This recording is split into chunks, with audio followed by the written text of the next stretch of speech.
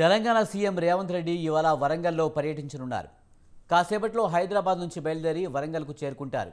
అక్కడ mega textile పార్క్ని పరిశీలిస్తారు. ఆ తర్వాత సెంట్రల్ జైలులో నిర్మాణం చేపట్టిన సూపర్ స్పెషాలిటీ ఆసుపత్రి నిర్మాణ పనులు పురోగతిని పరిశీలిస్తారు. హనుమకొండ ఐడీఓసీ వద్ద మహిళా శక్తి క్యాంటీన్ను ప్రారంభిస్తారు. అనంతరం హనుమకొండ కలెక్టరేట్లో గ్రేటర్ వరంగల్పై రివ్యూ మీటింగ్ చేపట్టనున్నారు. సాయంత్రం అక్కడి నుంచి బయలుదేరి బేగంపేట ఎయిర్పోర్టుకు హెలికాప్టర్లో చేరుకోనున్నారు. ఇక సీఎం రేవంత్ రెడ్డి వరంగల్ పర్యటనకు సంబంధించిన మరింత సమాచారాన్ని మా ప్రతినిధి సుధాకర్ లైవ్లో అందిస్తారు. సుధాకర్, సీఎం రేవంత్ రెడ్డి వరంగల్ పర్యటనకు సంబంధించి పూర్తి సమాచారం ఏంటి? Thank you Vijay. CM Revanth Reddy తొలిసారిగా వరంగల్ జిల్లాకు రానున్నారు. గత 6 నెలల నుంచి ఆయన సీఎం అయిన తర్వాత ఇదే మొదటిసారి వరంగల్ రానున్నారు. వరంగల్ ప్రజలు కూడా చాలా ఆశలు పెట్టుకున్నారు. వరంగల్ సంబంధించి ఏమేం వరాలు ఇక్కడ కురిపిస్తారని చెప్పేసి కూడా చూడడం జరుగుతుంది. ముఖ్యంగా చూస్తే ఈ రోజు ఢిల్లీ నుంచి నేరుగా 1:50 శంషాబాద్ ఎయిర్పోర్ట్ రావడం జరుగుతుంది. అక్కడ నుంచి హెలికాప్టర్ లో కీసోండ మండలం శాంపేట టెక్స్టైల్ పార్క్ దగ్గరికి వచ్చేసి అక్కడ కొన్ని శంకుస్థాపనలు ఆ శంకుస్థాపనలు చేసిన తర్వాత నుంచి నేరుగా రావడం జరుగుతుంది. అదే కాకుండా చూస్తే ఈ రోజు ముఖ్యమంత్రి షెడ్యూల్ పూర్తి స్థాయిలో చూస్తే మొత్తం ఈ యొక్క షెడ్యూల్ కు సంబంధించి 2:30 హనంకొండ జిల్లా కలెక్టరేట్ చేరుకుంటారు. అక్కడి నుంచి మధ్యాహ్నం 2:45 నుంచి 3 గంటల వరకు మహిళా శక్తి క్యాంటీన్ ప్రారంభించడం జరుగుతుంది. ఇదే కాకుండా మధ్యాహ్నం 3 గంటల నుంచి 5:50 వరకు గ్రేటర్ వరంగల్ కు సంబంధించి మున్సిపల్ కార్పొరేషన్ కి సంబంధించి మొత్తం కూడా ఇవన్నిటిపైన చర్చించడం జరుగుతుంది. ఇదే కాకుండా సాయంత్రం 5:40 నుంచి 6:10 వరకు అంటర్రోడ్లో ఉన్న మెడికవర్ హాస్పిటల్ కూడా వెళ్ళి అక్కడ దాన్ని పరిశీలించనున్నారు.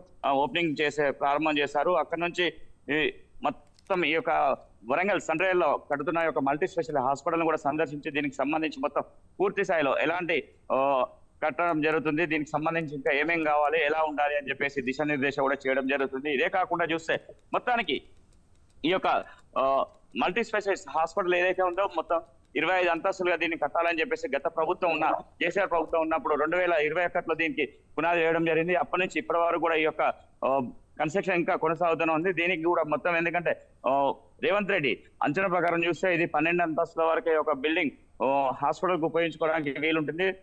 దీంతో పాటు ఇంకా కడమది ఎలా చేయాలి, ఏ డిపార్ట్మెంట్ కు ఇవ్వాలని చెప్పేసి దానిపైన కూడా చర్చించడం జరుగుతుంది. ఇదే కాకుండా చూస్తే వరంగల్ నగరానికి సంబంధించి మొత్తం వరంగల్లో కూడా సంబంధించి ఎయిర్పోర్ట్ కూడా నిర్మించడానికి ఎయిర్పోర్ట్ కావాల్సిన ఏర్పాట్లు కూడా చేయాలని చెప్పేసి చెప్పడం జరుగుతుంది. ఎందుకంటే ఎన్నో సంవత్సరాల నుంచి కూడా ఈ యొక్క ఎయిర్పోర్ట్ కలగానే ఉంటుంది వరంగల్ జిల్లా ప్రజలకు. ఎందుకంటే తెలంగాణ రాష్ట్రంలో హైదరాబాద్ తర్వాత అతిపెద్ద 2వ నగరంగా గుర్తింపు ఉన్న వరంగల్ నగరం ఉంది. ఈ యొక్క వరంగల్ నగరానికి కూడా కావాల్సిన ఏర్పాట్లు కూడా మొత్తం ఈ యొక్క ఎయిర్పోర్ట్ కూడా చేయాలని చెప్పి చూడడం జరుగుతుంది. అదే కాకుండా ఇక్కడ హనుమకొండ కలెక్టర్ లో కూడా మొత్తం సమీక్ష సమావేశం ఉంటుంది. కలెక్టర్లే కాకుండా జిల్లాకు సంబంధించిన ఎమ్మెల్యేలు, ఎంపీలు, మంత్రులు కూడా పాల్గొనడం జరుగుతుంది. వీరితో పాటు మొత్తం వరంగల్ నగరానికి ఎలాంటి అభివృద్ధికి కావాల్సిన నిధులు కావాలి, ఏం కావాలని చెప్పేసి కూడా చర్చించడం జరుగుతుంది. ఇదే కాకుండా మెగా టెక్స్టైల్ పార్క్ సంబంధించి కూడా అక్కడ ఎందుకంటే గతంలో మొత్తం 22 కంపెనీలతో పాటు అక్కడ ఒప్పందం ఉండేది. కానీ ఇప్పుడు ఒక 3 కంపెనీలు అక్కడ తెచ్చుకోవడం జరిగింది. 3 కంపెనీల ఫ్యాక్టరీలో సుమారు 7,000 మంది వరకు ఉపాధి కల్పిస్తున్నారు. అదే కాకుండా చూస్తే మొత్తం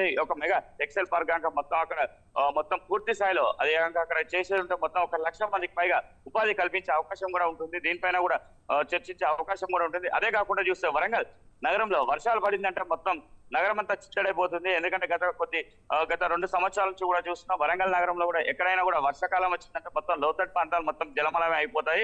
అదే కాకుండా చూస్తే వరంగల్ నగరం ముఖ్యంగా చూస్తే అంటర్రోడ్లో ఉన్న బొందివాగు ఉంది. ఒక బొందివాగుకు సంబంధించిన నాల గతంలో చూస్తే చాలా పెద్దగా ఉండేది. కానీ ఇప్పుడు క్రమేపీ దాన్ని చూస్తుంటే చాలా చిన్నగా అయిపోవడంతో పాటు ఇక్కడ వర్షం నీరు కానీ మొత్తం ఆగిపోవడమే కాకుండా ఇక్కడికి వచ్చిన ప్రజలకు కూడా చాలా వరకు లోతట్టు ప్రాంతాల వరకు కూడా ఇబ్బందులు ఏర్పడుతున్నాయి. ఎందుకంటే గత కొద్ది రోజుల నుంచి చూస్తే ఇక్కడ ఈ యొక్క